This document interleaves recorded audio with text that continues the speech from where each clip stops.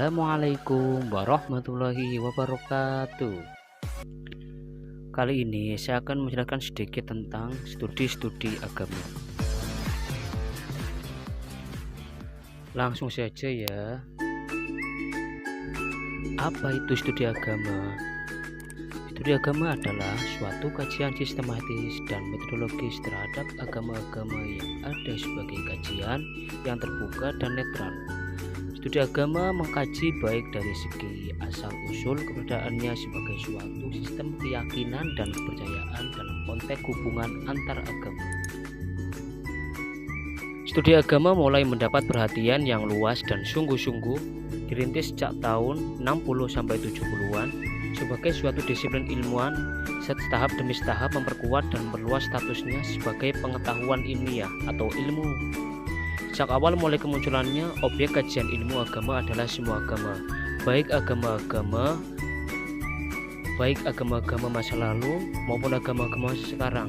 Akan tetapi untuk keberlangsungan sebuah ilmu studi agama memerlukan juga beberapa metodologi untuk memahami sebuah agama. Di dalam metodologi studi agama terdapat 6 bagian, yaitu yang pertama teologi, historis, fenomenologis, sosiologis, antropologi, dan psikologis. Langsung saja yang pertama yaitu metode teologi. Metode teologi adalah pendekatan kewahyuan atau pendekatan keyakinan di mana agama tidak lain merupakan hak prerogatif Tuhan sendiri. Realitas jati dari agama adalah sebagaimana yang dikatakan oleh masing-masing agama, yaitu kepercayaan seperti biasanya dilakukan dalam penelitian suatu agama untuk kepentingan agama yang diyakini. Peneliti tersebut untuk menambah benaran keyakinan terhadap agama yang dipeluknya itu. Yang kedua yaitu metode historis. Sejarah atau historis adalah suatu ilmu yang di dalamnya dibahas berbagai peristiwa dengan memperhatikan unsur tempat, waktu, objek, latar belakang, dan pelaku dari peristiwa tersebut. Menurut ilmu ini, segala peristiwa dapat dilacak dengan melihat kapan peristiwa itu terjadi, di mana, apa sebabnya, siapa yang terlibat dalam peristiwa tersebut. Melalui pendekatan sejarah, seorang diajak menukik dari dalam idealis ke alam yang bersifat empiris dan mendunia. Dari keadaan ini, seorang akan melihat adanya kesenjangan dan keselarasan antara yang terdapat dalam idealis yang ada dalam empiris dan historis.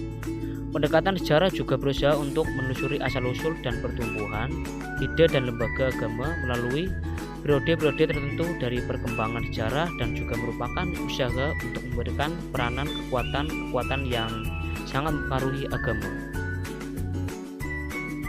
Yang ketiga yaitu metode fenomenologis. Pendekatan fenomenologis merupakan upaya untuk membangun suatu metodologi yang koheren bagi studi agama. Terdapat beberapa filsafat yang dapat digunakan sebagai dasar dibangun pendekatan ini, seperti filsafat Hegel dan filsafat Edmund Husserl.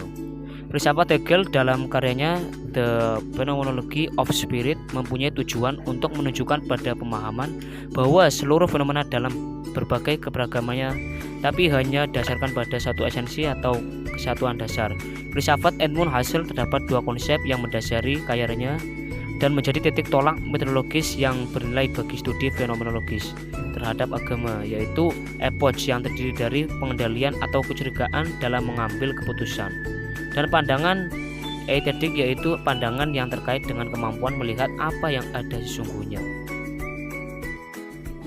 Yang keempat adalah metode sosiologis.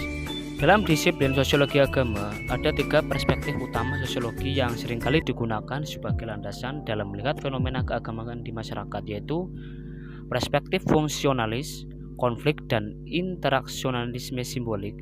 Masing-masing perspektif memiliki karakteristiknya sendiri-sendiri. Bahkan bisa jadi penggunaan perspektif yang berbeda dalam melihat suatu fenomena keagamaan akan menghasilkan suatu hasil yang saling bertentangan. Pembahasan berikut ini akan memaparkan bagaimana ketika perspektif tersebut dalam melihat fenomena beragama yang terjadi di masyarakat. Yang kelima adalah metode antropologi. Budaya sebagai produk manusia yang bersosial, budaya pun dipelajari oleh antropologi. Jika budaya tersebut dikaitkan dengan agama, maka agama yang dipelajari di sini adalah agama sebagai fenomena budaya. bukannya agama ajaran yang datang dari Tuhan. Dan yang terakhir adalah metode psikologis. Pendekatan ini bermaksud mencari hubungan atau pengaruh agama terhadap kejiwaan pemeluk agama, atau sebaliknya, pengaruh kejiwaan sang pemeluk terhadap keyakinan keagamaannya. Para psikolog religius meyakini ada dimensi yang sakral, spiritual, divine, transcendent, supernatural yang tidak empiris yang dapat mempengaruhi kejiwaan manusia. Namun para psikolog non-religius menolak dimensi-dimensi itu atau paling tidak sangat meragukannya.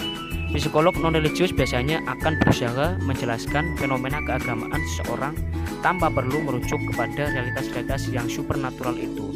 Sementara psikolog religius ingin tetap membuka kemungkinan realitas itu menjadi satu faktor yang berpengaruh terhadap kejiwaan seseorang. Terima kasih.